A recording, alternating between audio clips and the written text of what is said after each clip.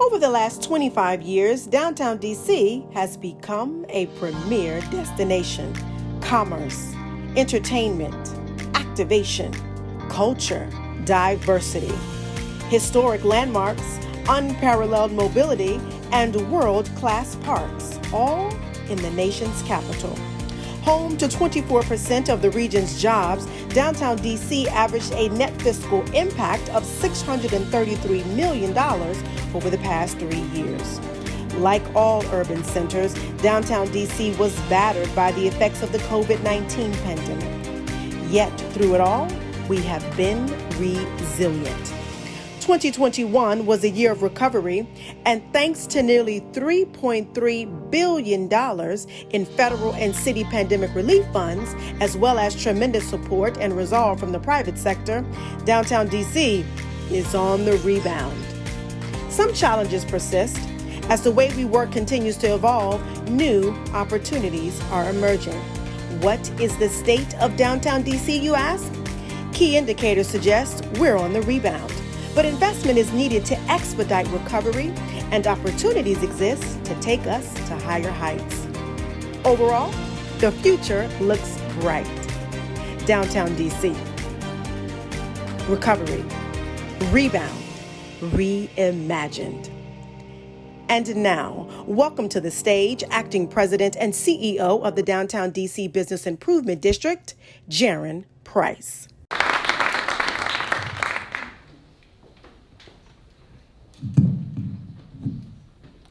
If you all could indulge me for a second and just close your eyes, wherever you're seated right now, just take a moment, close your eyes and keep them closed for me. Now, I want you to envision that you just walked in to your favorite downtown DC destination restaurant. The server just sat you down at that table. I want you to take in the vibe of the room, the ambiance, the lighting, the music. Can you hear it? I want you to take in the tables and the folks around you. Take in the feel and the atmosphere that's bustling right now. Smell the smells of the kitchen. Keep your eyes closed for me, and now imagine that your server just sat in front of you a glass, and she started to pour some water from a pitcher into that glass. Now open your eyes. That glass is sitting in front of you. And of course now the proverbial age-old question is that glass half full or is that glass half empty? Now it may seem like a silly thing for us to ask and a silly thing for us to ponder this morning, but psychologists say the way you view that glass says a lot about the way you see the world. Are you a pessimist or are you an optimist? The most recently commissioned study on the matter found that 53% of people see that glass as half full, with the rest seeing it as half empty or being undecided. Now, I'm not here to say which one's right or which one's wrong. I'm not going to ask you to raise your hand to show me which one you think. And matter of fact, there's probably room for both sides of the debate when it comes to these differing perspectives.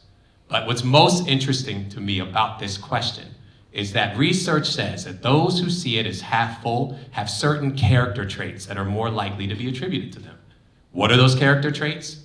Well, studies show that these folks tend to be more creative, more playful, more patient, more competitive, and more adaptive. Let's run those one more time. More creative, more playful, more patient, more competitive, and more adaptive. What comes to mind when you think of these words? What does it take to truly be creative? When we think playful, sometimes we think that means being silly or wasting time, but I like to think of it like my two daughters. They can pick up anything in the room, a piece of paper, a tissue, an extra piece of ribbon, and they'll turn it into a toy. It's a new imaginated world that they can play in and have fun in for hours. It's a joyful spirit about them that I love. Patience doesn't mean complacency. Patience means knowing that sometimes change takes time and that change moves at the speed of trust. Being competitive doesn't mean that you're fighting against others. It means that you're setting new expectations and reaching for the stars at every turn. And being adaptive means that you're able to adjust to the ever-changing environment around you and that you're able to weather any storm that comes your way. Now, my goal for this morning to open up this forum was to try to highlight a few high-level points about where we are as downtown. But as I was thinking about how best to summarize the state of downtown, all I could keep thinking about was that glass of water. Is it half full or is it half empty?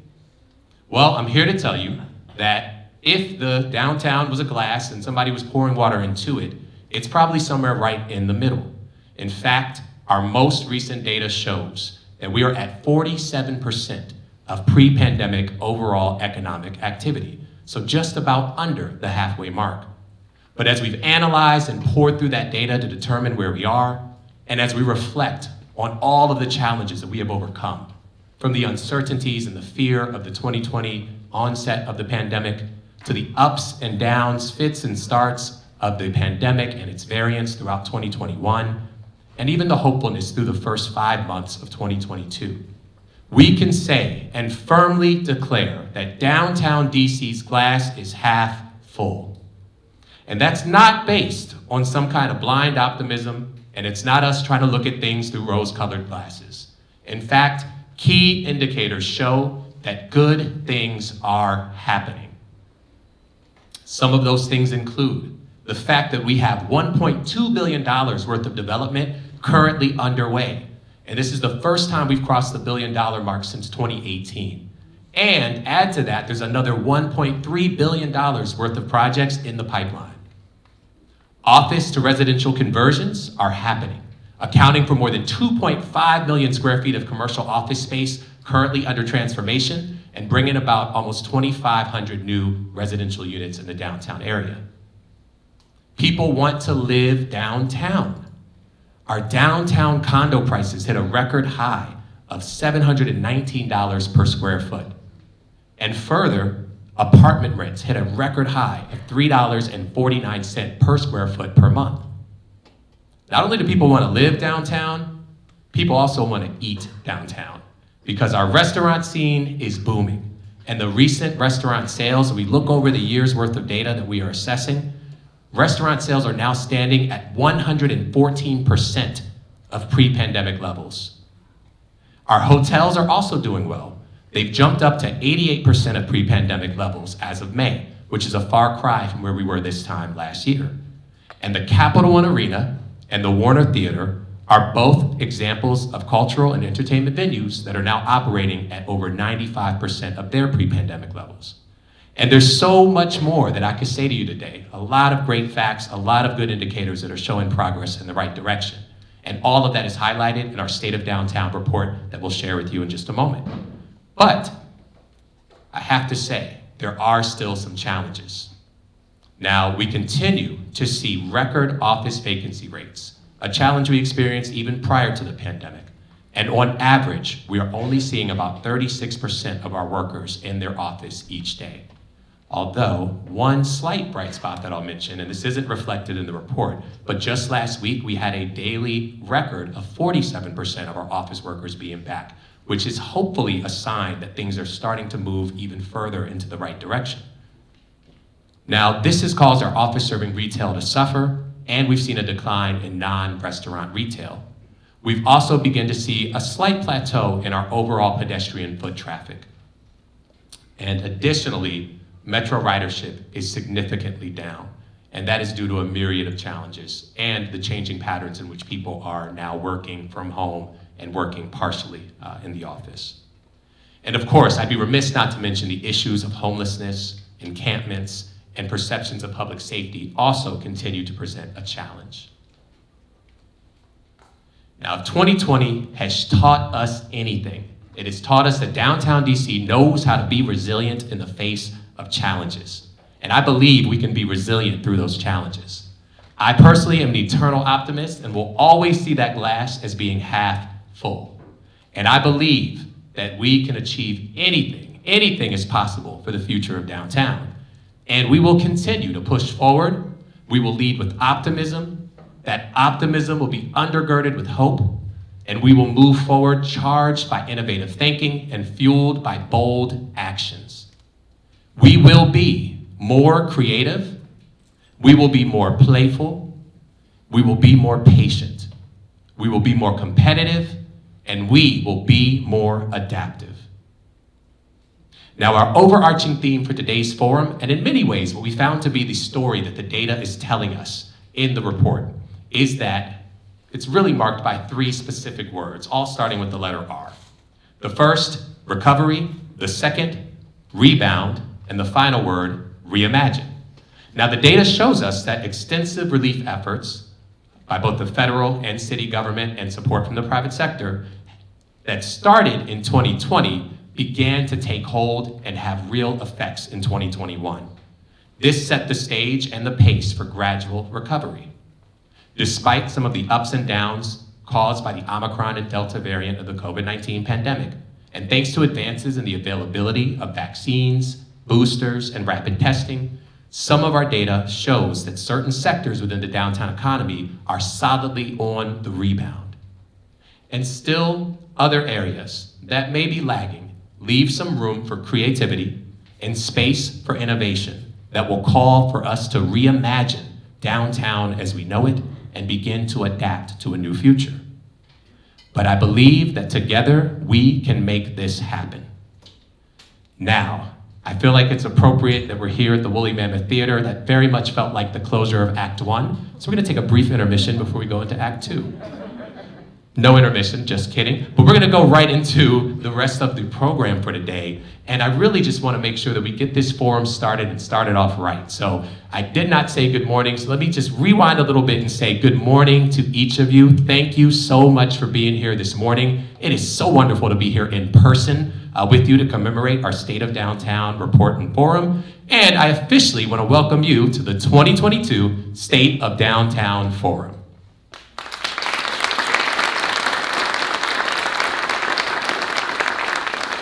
Now, I do want to take a moment to again thank the Woolly Mammoth Theater for having us in their beautiful theater space. Again, congratulations on the awesome Tony Award for Best Musical for Strange Loop. Round of applause to Strange Loop. And it's just really important that we bear in mind that cultural institutions like this are so critical to the health and well-being of downtown, and it's really what helps to set us apart. So we are so excited to be here at the Woolly Mammoth Theater. And I'd be remiss not to say thank you to the Mayor Mariel Bowser, Chairman Phil Mendelson, all of the members of the DC Council who were instrumental in passing critical reforms and bringing relief dollars to our cultural institutions that help keep them open. Can we give a round of applause for that?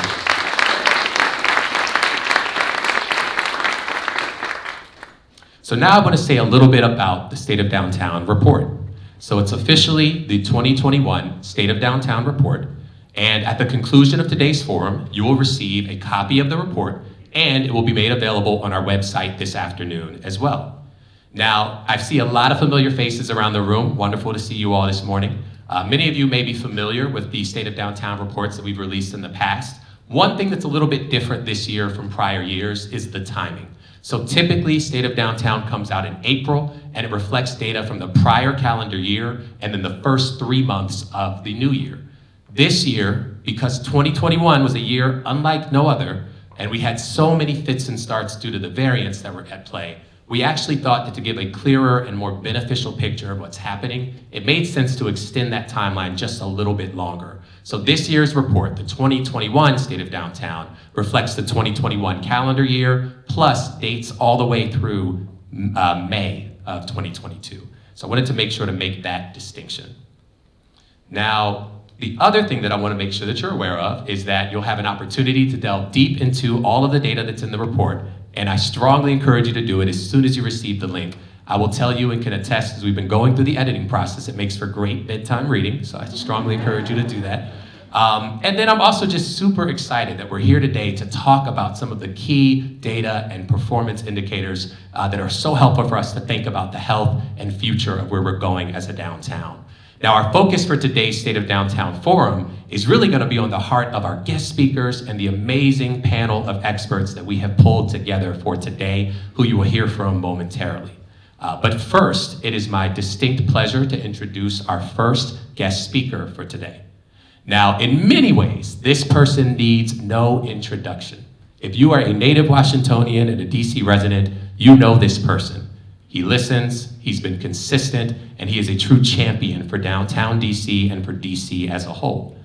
I want to just thank him for his leadership and for his focus on providing targeted relief to support the recovery of downtown and just the tremendous support that he has shown to the Downtown DC bid over the years. Please join me in giving a warm welcome to DC Council Chairman Phil Mendelson.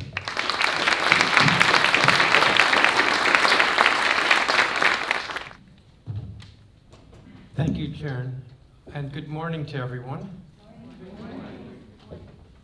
So I sort of feel like I should quit after that introduction, quit while I'm ahead. And I also want to say, listening to the presentation, that I'm voting for the glass being half full, not half empty, for a couple of reasons. One, because I do feel that way about downtown, but also because the attributes that you characterize for those who look at a glass and say it's half full as opposed to half empty, I'm all for that. You know, joyous, creative, and competitive, and so forth. So I vote for half full.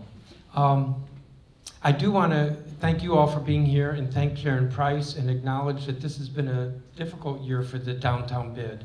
And I want to thank Sharon for the work he's done over the past year.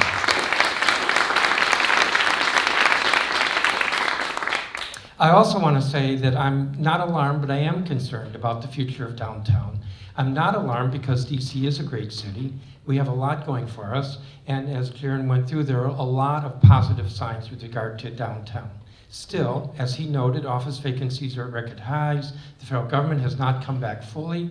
We don't know if or when it will come back 100%. Theaters, conventions, hotels are not back to pre-pandemic levels, even though they are growing and doing better. I don't need to tell you all of the challenges. And I want to note that the government has stepped up in several ways, a measure of relief during the pandemic, grants and programs this year and next to promote downtown activities, financial support for office to residential conversions. But I don't think the governments fully understand downtown dynamics well enough that the government can figure out how to solve some of these challenges. And I know, and I would like to think I'm wrong, but when I look back over the history of this country, 5 decades of post-war struggles, and how to reverse the divestment from downtowns that we saw after World War II, and then the downtowns here and elsewhere take off, I don't think government fully understands those dynamics. And it's a reason why I think the work of organizations like the Downtown Bid are so important, because that's where a lot of the creative ideas are going to come from and how we can rebuild and regenerate and reimagine. I would also add that I think psychology is critical, and by that I mean how the public feels about a city or how they feel about a downtown. What confidence do they have? I think part of that is influenced by a sense of public safety, and we know that that right now is a concern in our city and actually across the country.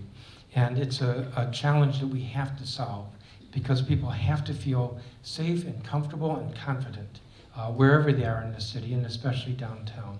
And I also think that stability in issues like costs, and there I'm thinking of something like what the cost of doing business in the city is.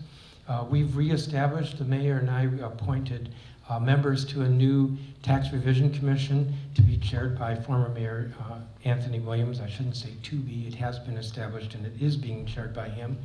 To look at our tax structure, that's one aspect, an important aspect of doing business, to ensure that there is stability and that we continue to be competitive and attractive for business, nonprofit and for-profit in the city.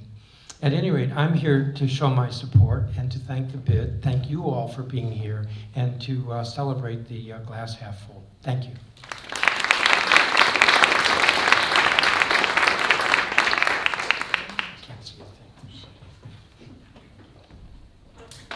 Let's give another round of applause for Chairman Mendelson.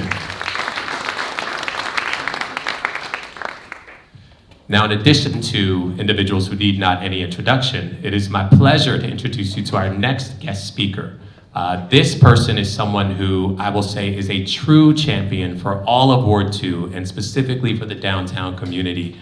There has not been an instance or a time when an email has gone unresponded to or a call has not been answered, and we sincerely appreciate her for her leadership, for her vision, for her unwavering support of the entire downtown DC community, and specifically for our business community. As a true champion of downtown, please give a warm round of applause to Councilmember Brooke Pinto.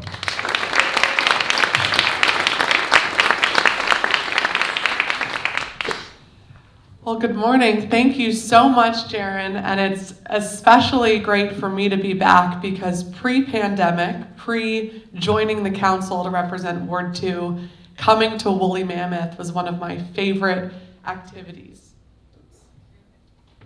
Hello? Okay. Not only for the thought-provoking plays, but the social experience that goes on outside of the theater, with great food and drinks and conversation, and so it's great to be back. As Jaron said, my name is Brooke Pinto, and I have the privilege of serving as the Ward 2 council member. And I really want to thank Jaron Price and the entire downtown bid team for being such consistent, great partners in creativity, in adaptability, in being positive, and viewing the glass as half full. As we come up with new ideas that could address what the challenges that we're facing downtown. Not all of these ideas, or really none of these ideas, is the one silver bullet, but having such great leadership with our Downtown Business Improvement District is so fundamental to our recovery, our rebound, and our reimagination. I like those 3 R's. We're going to start using those now. And he's really hit the ground running. So thank you so much to Jaron Price. I also want to thank all of you for being here today and your steadfast partnership as we focus our energies on recovery, sustainable and equitable and inclusive growth for our downtown community. And I think it's really important that we think positively about the future of downtown and act in a way that inspires confidence in others for our recovery. I choose to have hope in where we are headed, and I hope that you choose to have that hope as well, not only because it's contagious as we speak with others and inspire others, but it also leads to change in behavior for residents to move and live downtown, for new businesses to open downtown, for offices to open downtown, and people want to be here. And so we didn't even plan that with the glass half full, but I think it's really important, not just for a frame of mind, but for a lead to action. And as the Ward 2 council member, it's my honor to represent downtown and to work with Mayor Bowser and Deputy Mayor John Falchicchio on our recovery, as well as all of my colleagues, especially our chairman, Phil Mendelson. And the mayor's office and chairman's office really understand the importance of a strong downtown leading to a strong city in its entirety. We've banded together working with the federal government to distribute millions of dollars in relief and assistance to our communities to address unemployment, homelessness, housing, learning loss, food insecurity, small business relief, and so much more. These are all important parts of our robust recovery, building upon each other to support district residents and all of our businesses. At the time of this gathering last year, we were just rolling out the vaccine, which is pretty remarkable to think about how far we've come and how much progress has been made and how much hope is alive for the future. The council recently passed the fiscal year 2023 budget, and after much hard work, I'm happy to share that this budget makes substantial investments to ensure that as we build back from the impacts of the pandemic, we support and retain our existing businesses, uplift our small minority and women-owned businesses, and invest in greater resilience for our downtown. We've made major investments, in particular by extending support to our legacy businesses in Chinatown, attracting and retaining businesses, fostering family-friendly attractions, and providing a one-stop shop for career services through an American Job Center. A critical part of an equitable economic recovery also ensures that our residents are able to live in safe, secure, and affordable housing, which is why I've fought to ensure that this budget includes major investments to prevent homelessness and increase the supply of our affordable housing. This budget will fund hundreds of housing vouchers to support our neighbors experiencing homelessness and to move into permanent housing. And want to thank Downtown Bid again for your partnership in this work. Residents who work downtown should be able to afford to live downtown, which is why programs like the Downtown Housing Tax Abatement are so important to our city. This program will accelerate the conversions of commercial office buildings to residential housing downtown with first source district hiring, CBE and minority business contracting requirements, and affordability requirements. Major ideas that I put forth in a bill introduced last year called the Recovery Act. This bill provides a comprehensive and inclusive economic recovery package for the Central Business District, and I hope the Committee on Business and Economic Development will hold a hearing on this bill this fall. All of these efforts are critical as we endeavor to welcome workers back to the office, draw families and visitors to our museums and entertainment venues, and take continued strides to re-envision our downtown. What happens in downtown does not just stay here, it spreads across the entire city. And I've been thrilled to hear from visitors who have come to visit DC in recent weeks, as well as DC residents who have remarked to me, wow, there's a lot going on down here. And that's great to hear, and we want to keep that going. We know that when downtown thrives, the entire city will thrive.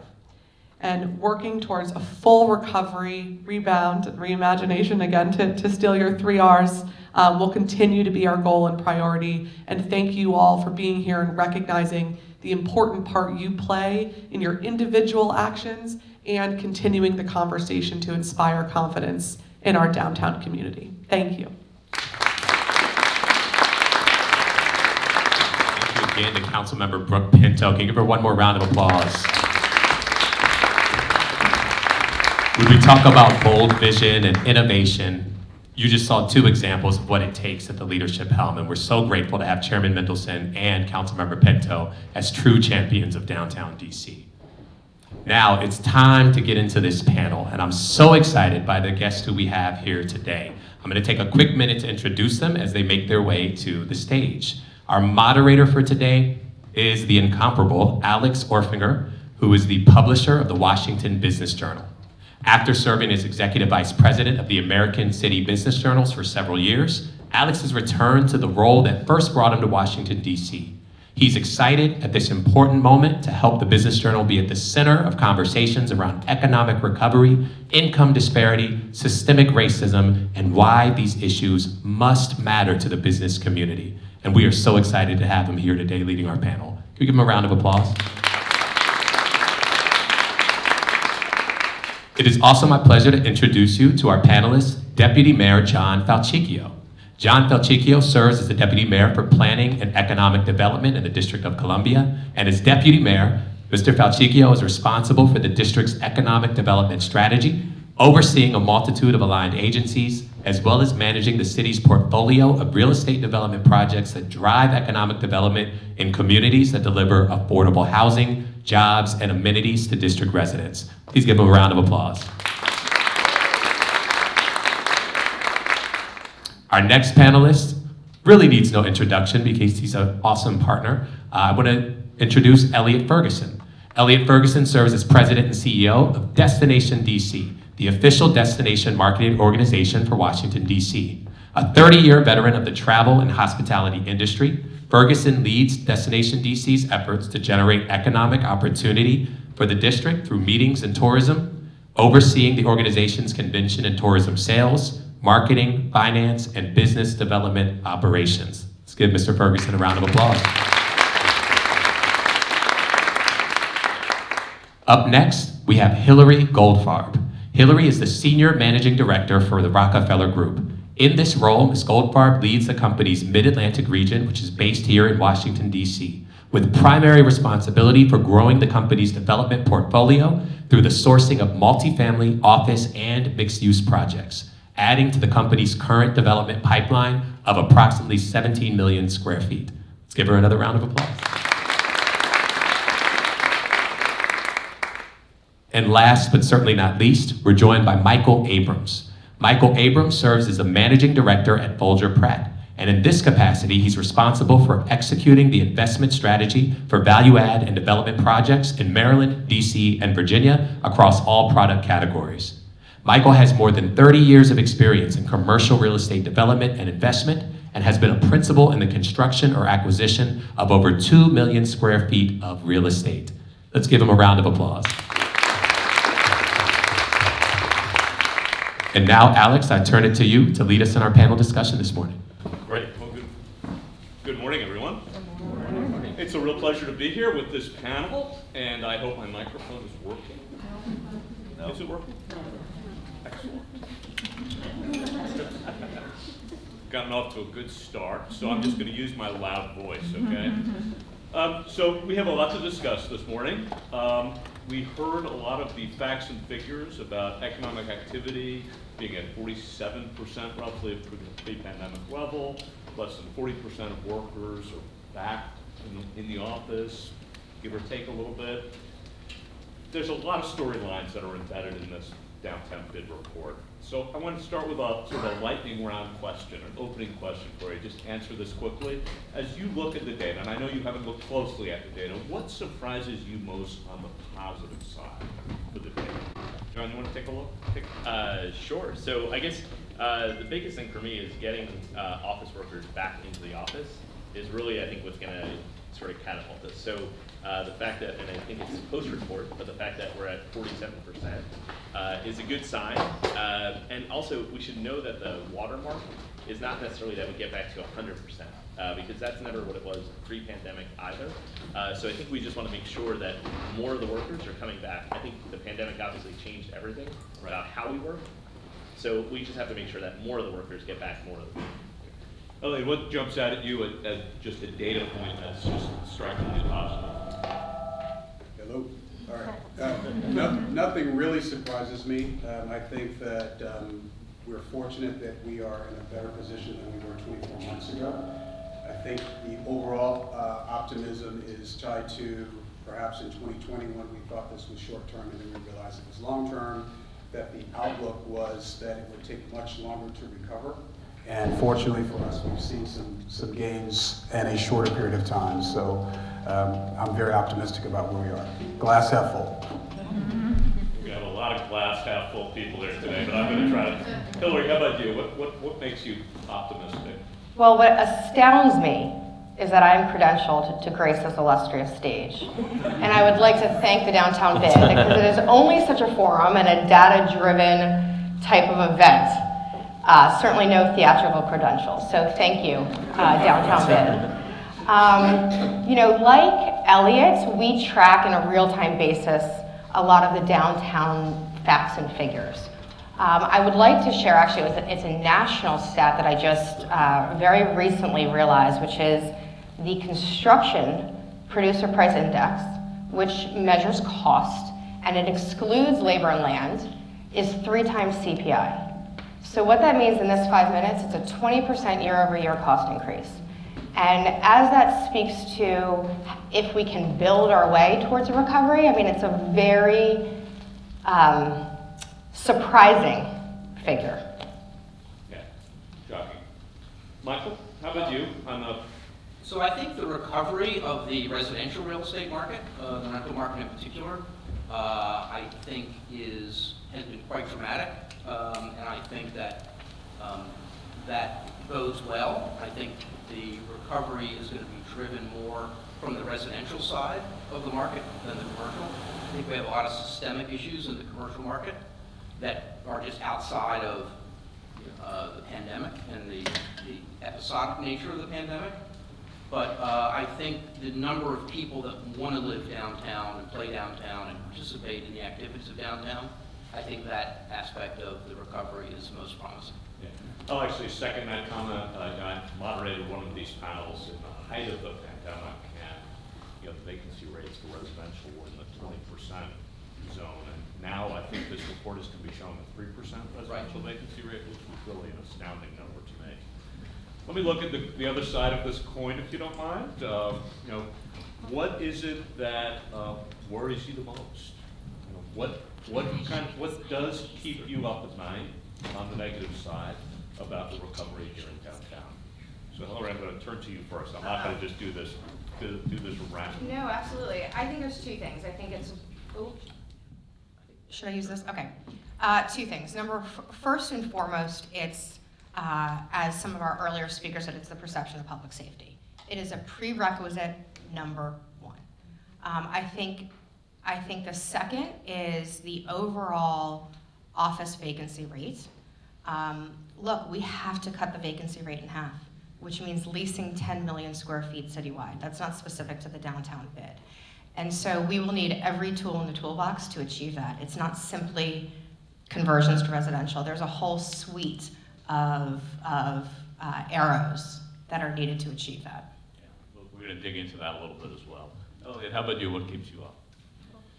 I think we don't have that much time, but it's a combination of things. As we're looking at the rebound of meetings, be it the big meetings in the convention center and everything else that's happening, we've seen the number of meetings return. But the question is, what percentage of folks will actually show up versus do some hybrid concept associated with that, which is a concern. I think every year for us, as we look at 2019, 2021, every year gets better, but there's still inherent issues. Clearly, the perception of safety in Washington, D.C. tied to homelessness, the reality of crime in the U.S., specifically gun violence. I say that returning from two meetings, one in Frankfurt, one in Orlando, with an international audience, the perception and reality of how they perceive us as a destination. The list goes on, the number of workers not returning to hospitality. So what if we were at our 2019 numbers? We would have a big problem in terms of being able to satisfy the needs of all those individuals that are coming back to Washington. So it's a huge problem in our industry overall. The overall vacancy and space downtown, folks don't like going places where they're the only ones on the street. And as I walk down 7th Street, our offices are 7th and I, there's virtually no retail anymore on 7th Street. There are restaurants, but that, that's not inherent specifically to Washington, but those are things that are concern us. And of course, the encampments, which exist in a lot of cities around the U.S. So do I need to ask you what else keeps you up at night? Maybe later. Michael, let's turn to you. I think that the situation in the office market is a systemic one. It's not just, I think it's the aftermath of the pandemic. People have a different attitude about going into the office. And even in dynamic industries, in parts of the Washington metropolitan area where you would think that it would have returned and be dynamic, it's not. Companies can't make decisions around their office space. Every time they make an announcement about going back to the office, their workers push back. And I think that that tug of war, I think the workers are going to win. And I think that means that we're going to have a different magnitude of people that are downtown during the day working in their space. I just think it's inevitable. I think we're seeing it. I think it's a paradigm shift about people's attitude about work and what comes first, work or their personal life. And I think that shift is going to be very hard to change. That's great. When I think about all the stories that we've written about return to office just about every day, and it changes virtually every day, there is no clear path forward on that. And I think that is a systemic issue that we're going to have to process. But for the next recession. Pardon me? But for a recession. Yes, exactly. Yeah. So John, so what keeps you up at night? I was going to say... There's a limited time here. Exactly. And are there drinks? No, there's a lot that keeps me up at night, but just kind of really thinking about what was said about kind of employers making decisions about office. We do actually see employers, though, picking office or making office leases, and we see them actually doing it in DC. Tonight, we're going to be with Xylem at the Capitol Riverfront in the Yards. They're moving their office from Rochester, New York, down to DC. We also know that TikTok is going to be in Union Market. They're taking out 50,000 square feet. We see that Google actually is coming to the downtown bid. They actually are bringing about 400 engineers to DC. So we used to just be sort of the policy shop, home of the policy shop for all these tech companies. Google's actually bringing 400 engineers to be at 655 New York Avenue. So, but when you think about those examples, right, if you think about the first two, they're more vibrant mixed-use communities than what we see in downtown DC. So what keeps me up at night is how fast can we actually transform downtown DC? So we have a strategy. We think that we need to fill the space, we need to change the space, and we need to bring the people. So those are the three-pronged approach. And we've got kind of elements of, or action items in each one of those. But for me, downtown, it's a hard thing to change very quickly because the way people have invested pre-pandemic and what the asset that they bought, they may not be willing to flip it into something new. That's going to be a challenge for us. That keeps me up at night. Do you worry at all about issues around public safety and how that affects return? Oh yeah, absolutely. So I think part of it though too, and Elliot highlighted it, nobody wants to walk down the street by themselves, and part of bringing back the people is when there's more activity, people feel a better sense of safety. So it's something that's not unique to DC in that we're finding new ways to address public safety and trying to actually make sure that people know the intentionality with which we're focusing on public safety. But I think part of, in terms of downtown, it's still a safe place to be. I think people want to see more people downtown, and that's how they'll feel a little bit more safety as well. Okay. A perception of safety as opposed to being safe. Correct. Yeah. So John, I want to switch the topic a little bit, and I want to talk about ways to accelerate the recovery. And I want to ask you very specifically about this transition for downtown. And if you had the proverbial magic wand, and you could get something changed by the city council, some city policy regulation, what is it that you would suggest at this point to accelerate this transformation of downtown? Well, I think just one element of it, so let's talk about conversion from office to residential. I think we need to make sure that that program is as robust as possible in order to make sure that it's as easy as possible for people to make that decision. When we actually put out an RFI for our housing in downtown request for information, we found that there was anywhere between 1 million or up to 4 million square feet of potential conversion from office or another use to residential. And that's good. That's a lot of space. But when you think about it, we're talking about 140 million square feet of office. So we've got about 4% of it. That's not a lot. So for me, the magic wand in that sense on housing conversion is just to make it as easy as possible for those who are looking to convert to do it. So not to weigh it down with too much of a demand around sort of policy elements that we want to see, but more so that we want to just do what we did in NOMA, which is really make sure that we focus on how do we deliver more residents, and then the rest sort of sorts itself out. Okay. People don't realize how quickly or how long it takes to convert in the first place. Mm-hmm. So let's not weigh it down. Okay, good. Michael, I want to turn to you. You have a number of residential conversions in the pipeline. I want to ask you about those, but I also want to ask you to respond to John on this. And how easy is it? And what are some of the barriers that you face to make those conversions happen? So it's hard. We Can have. you say that a little louder? Yeah, I just emphasize that it's hard. It is difficult. The math, the economics of it are not easy. I think that John's point about making sure that the legislation is targeted to the issue of conversions and that we don't add too many other policy goals on top of it, because those additional policy goals are going to negate the benefit that the encouragement that you were trying to make on the conversions are all negated by the other policy goals that you add on top. So I would be cautious about the structure of the legislation to make sure that it actually has the intended effect and not the unintended, because I think the way it's structured so far is not going to produce the goal and then the objective. So help me unpack that a little bit for me. Like, what are these unintended consequences? Is it around affordable housing? It's affordable housing and the minority business, and which are laudable goals, but I think they need to be detached from the objective of encouraging the conversions, because I think the economics of the additional items basically take away the benefit that is provided initially. Okay, So and you that's my primary concern. I'd like to add a fact that I think may surprise your first question Wait, a lot of people Hillary, in talk this to the room. mic.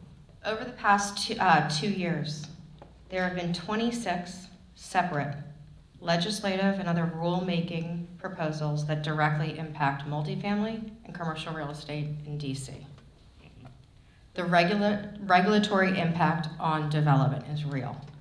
And, Jaron at the beginning cited in a very positive way, $1.2 billion in development. Only 2 of those projects, a minority, are commercial, are private projects. The rest are institutional. Now that's a tax-based issue. So we, are not going to support our city's tax base with only institutional, nonprofit, tax-exempt development.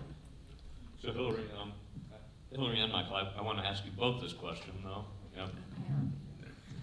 What are the regulatory changes you'd like to see to facilitate more residential conversions? And Hillary, for you also some more office. You mentioned 24 pieces of legislation. What are those things that you'd like to change? So, we have 2 projects that are about 425 units that we're converting. We are not taking advantage of any of the proposed legislation. That's a market-based approach to it. And so that's kind of, that's the baseline. The marketplace will do some of it, but you may get 400 or 500 units a year with just a purely market-based approach to the conversions. It's really office owners who have properties that are 1990 vintage or earlier, who had generally a single tenant occupancy, and that tenant has left. That's the dynamic where we have been able to find market-based conversion opportunities. So A GSA tenant leaves, they're not coming back into that 1990 or 1985 vintage building. They're going to go someplace else. They're going to go to NOMA and some new build construction.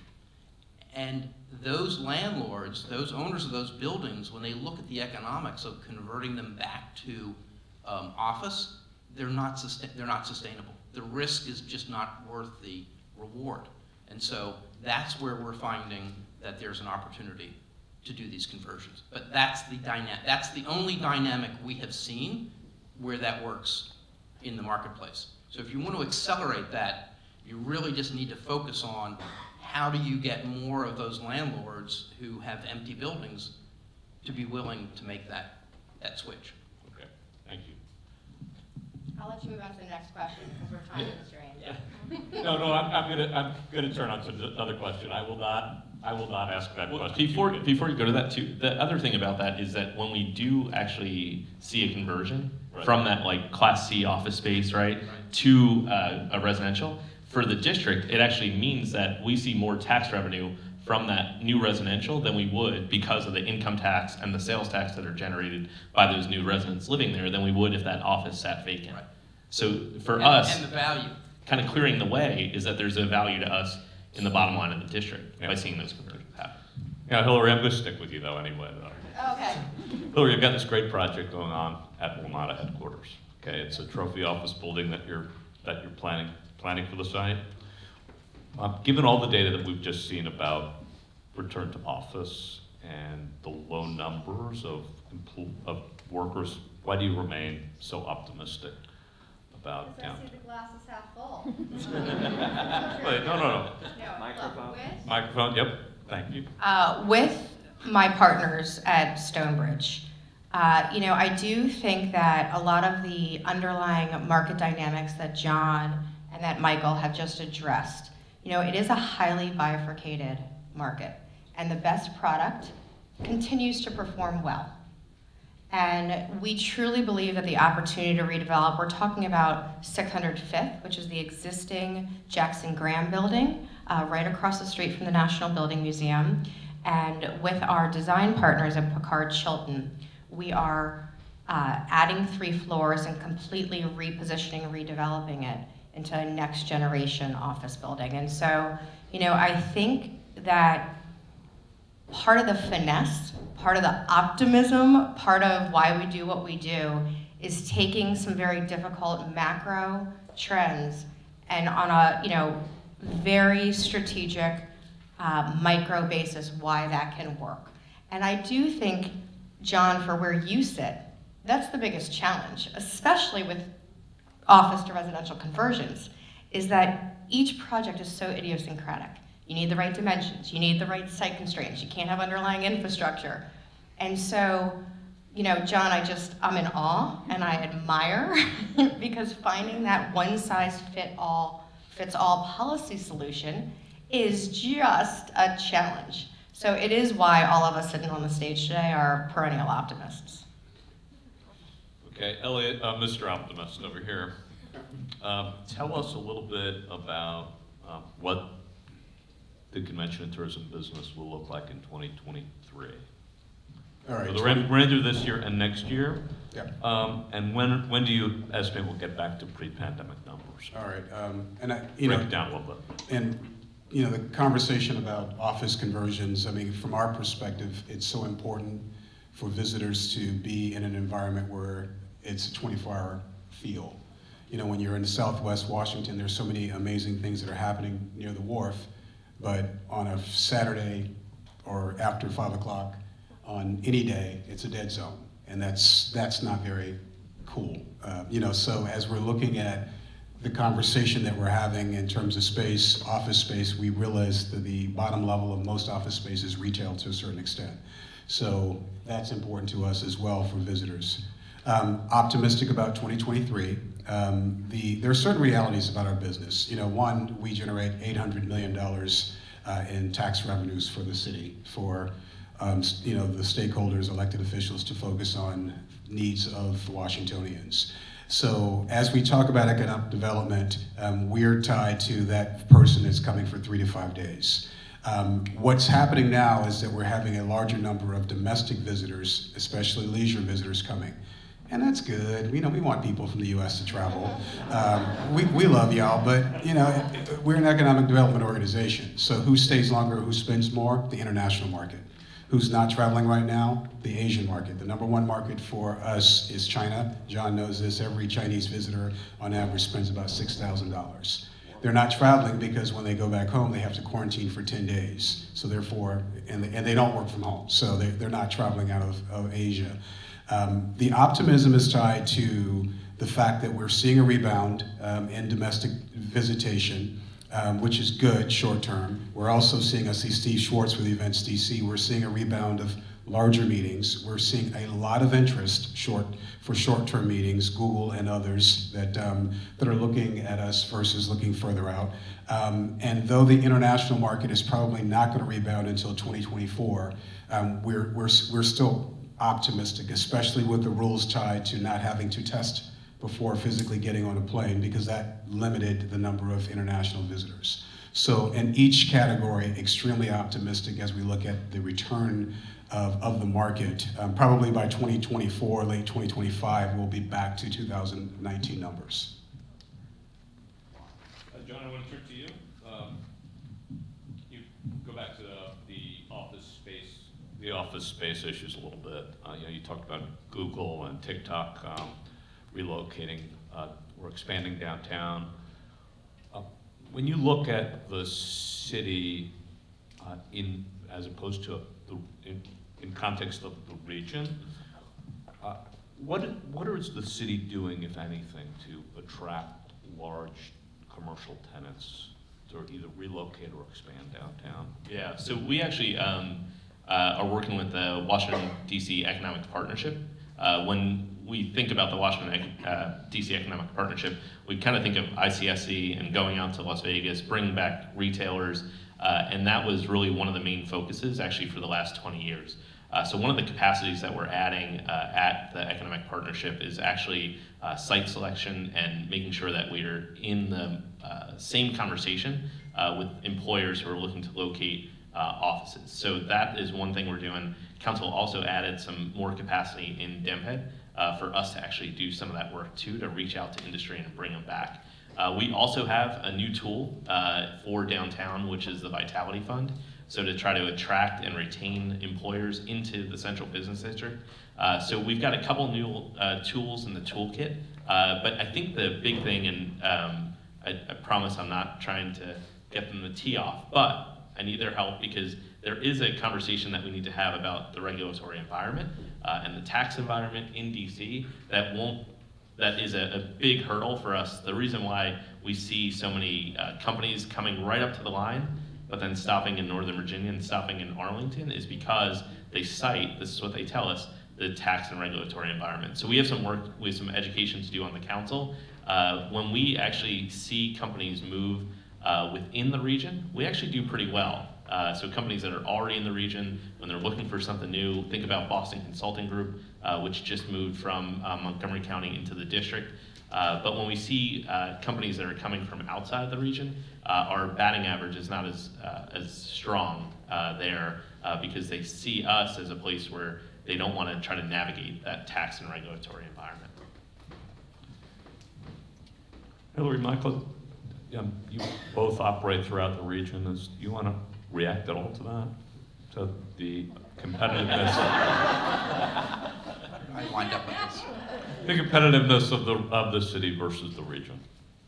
Well, and how to make it more competitive. Well, I'm not sure I can address that directly, and this may be cold comfort, but it's just as tough to lease office space in the suburbs.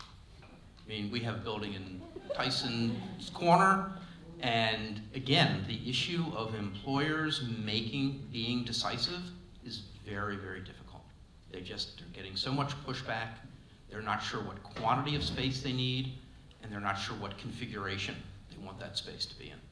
And so I think until we get past that, we're going to continue in that struggle. That's just the reality that we see. So Michael and I agree on almost everything, but I'm going to respectfully disagree. I do think that there is a proven and documented shift towards Virginia. From both new development, we currently have just stabilized with our partners at Meridian, trophy office building at the borough in Tyson's Corner. It represents about 65,000 square feet of leasing over the past, since Delta, so since fourth quarter of last year. And what Michael's saying about the decision-making of tenants that I would call under 50,000 square feet and less is absolutely true. The decision-making always hinges on employee surveys, and there's a lot of flexibility desired. But I do think that, I think Virginia's beating DC. I do. From a new construction standpoint, from a absorption standpoint, we have got to reverse our negative absorption in DC. It has to happen. Well, and I think it in part means changing the profile of the tenancy. I mean, we have a profile that is, government, lawyers, and nonprofits. And all of them have back-to-work policies that are not conducive to to the change that we're looking for. All of them. And that's actually why we've got a new initiative actually too to create more lab space in DC. Lab space is actually good space because the good that it produces in the research that it'll yield, but also because you have to come to lab space to do it. The great thing actually about Google and they've made DC, not the region, DC, an engineering hub. It's important because their engineers have to come to the office. So 655 New York Avenue, we'll see that foot traffic come back. We are trying to create lab space. We're doing it around the district. Walter Reed being one place that we're working with Children's. We made a $40 million investment there to bring on their next building online, which is important, right next to J Labs. We're going to do it with Whitman Walker down in St. Elizabeth's campus in Ward 8. Also with Howard University, which is going to build out the National Center for Health Disparities, and then with GW, so in downtown to create a telemedicine lab space to understand what can be done to deliver telemedicine even better. So what we have to do is find those, like you said, find those industries where people have to come to the workplace in order for us to actually bring back the workers. As much as I'd like to see the federal government come back more days a week, we've asked, we've begged, we've pleaded, and we don't see them responding. So I'm not sure that that's gonna happen, but what we have to do is think about how we create more workspaces that people have to come to, like lab space. So are all those lab spaces, are those all announced lab spaces, or are those, where are those in the pipeline? Yeah, so those are all announced. So Whitman Walker will be the first to occupy. They actually get their building this fall, then they'll do their build out. Children's has the space, they need to build it out. They're still in the capital raise for the next part of their lab space as well. Okay. And Michael, if I could just note, Yes. the locations where those people are going are the most dynamic mixed-use locations in town. They're going to Union Market, they're going to Mount Vernon. I mean, I was in Mount Vernon this past weekend. I was astonished at how much activity there was on the street, and how robust it was. But that's where those people, that's where those employers want to be. They want to be in those kinds of environments, because that's what helps to attract those people back into the office. And that's the challenge for downtown, is how quickly can we actually make it look more like that, right? And I think that mix of residential is going to be important, but that takes a long time to do. So how do we bring that kind of energy to Because none of those lab sites are in the downtown bid site, is that? well, one will be in the Golden Triangle bid on the GW side, but yeah. Yeah. But also just addressing the pace. I mean, we are going from, on our 1425 New York Avenue project, we're going from acquisition to start of construction in 12 months. That's one of the appeals. I mean, that's one of the things that's appealing to us, is that speed to market that we can achieve with these kinds of projects. So I've got one final question. It's a softball for you, Hillary. Woohoo! Okay. So right in the heart of the downtown bid is the FBI headquarters. Take your magic wand out for a second. You got to get to repurpose that site. Hillary, I'm going to ask you to answer that question first. Why me? Well, I'm going to ask everybody that, but Can I defer and have John answer that first? Because I would like, look, I am a pragmatist, if not an optimist, and I don't row upstream always. So, knowing what some of our political climate is, especially given the history of this site, might be hugely valuable. Okay, John, All right, so in this scenario, Dodge. the FBI has already decided to depart. You're saying the site's empty. Yes, the FBI, in my scenario. Okay, in your scenario. The FBI has decided to relocate. I know you have reporters in the audience, so I'm just relocate. Because we love the FBI being there. So It's not going to be totally relocated. okay. Okay, we know that it's not going to be.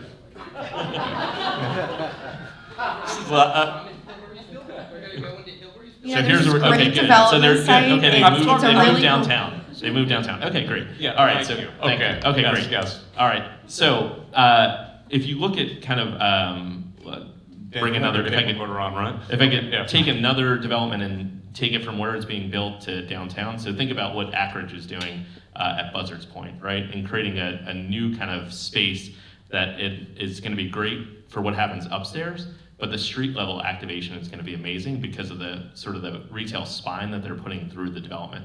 Something like that would actually really tie in well with what NCPC is doing to reimagine what happens on Pennsylvania Avenue.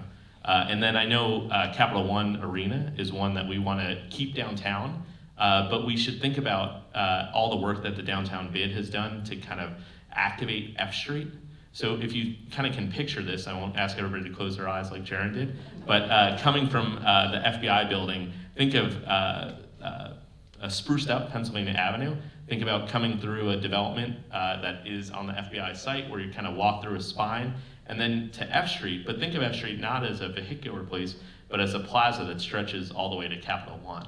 then you've got like a new way that people experience downtown and experience DC.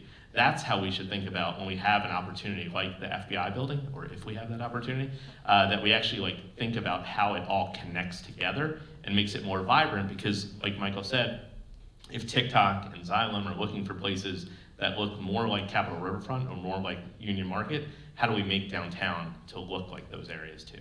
And we should all be confident that the Capital One Arena will be there, correct? So I know Mayor Bowser and Ted Leonsis, Mayor Ted Leonsis. If you don't know, he was once a mayor in Florida. He was a mayor. Does everybody know that? Did you know that? I didn't actually know that. He was a mayor. So they've talked about it. I know they want to be there. We want them there. But what we have to do is figure out how they reach out to the community even more than they have in terms of how their footprint actually connects with the neighborhood around it, so that we could have a thriving retail corridor like Elliot mentioned. Elliot, quickly, what would you do with the FBI side?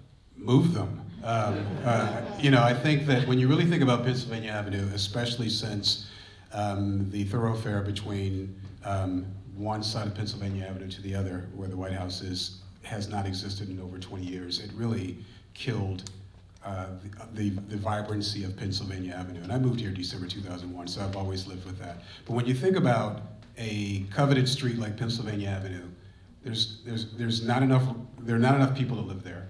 There's so many limited opportunities. It's really a dead zone. It ties into what I said earlier. So just imagine a redeveloped Pennsylvania Avenue minus the FBI building, with retail, with shops, with people living there, with all the things that are tied to a vibrant downtown community.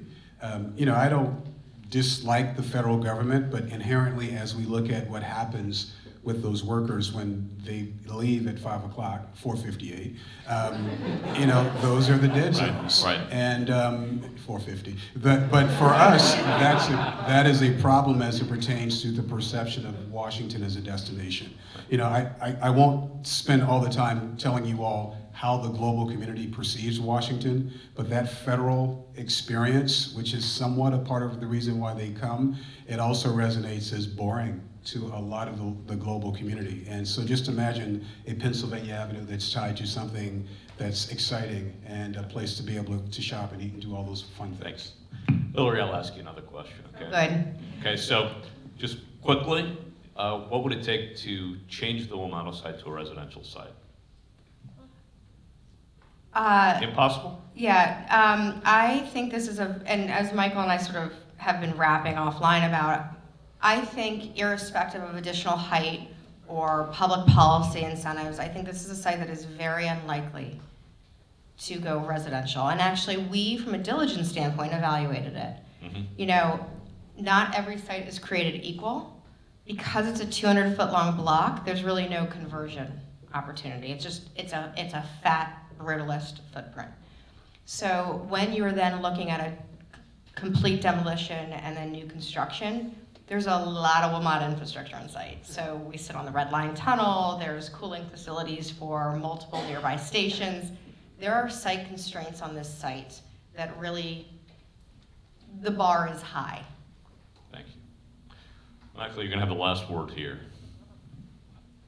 On the FBI site, or otherwise? I think John's right. I think, how do you make that a dynamic place that attracts kind of the next generation of tenancy downtown? So, panelists, thank you for your indulgence of my lines of questions. Let's give them a big round of applause.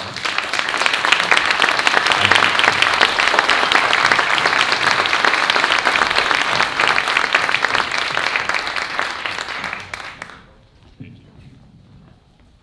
Can we give one more round of applause to our tremendous panel? Thank you all so much. Tremendous job. And this officially concludes our State of Downtown Forum. Again, you'll receive a copy of the report hitting your inbox momentarily, and it'll be posted to our website. We are so excited to have you all here again. Thank you so much for being here, and have a great rest of your day.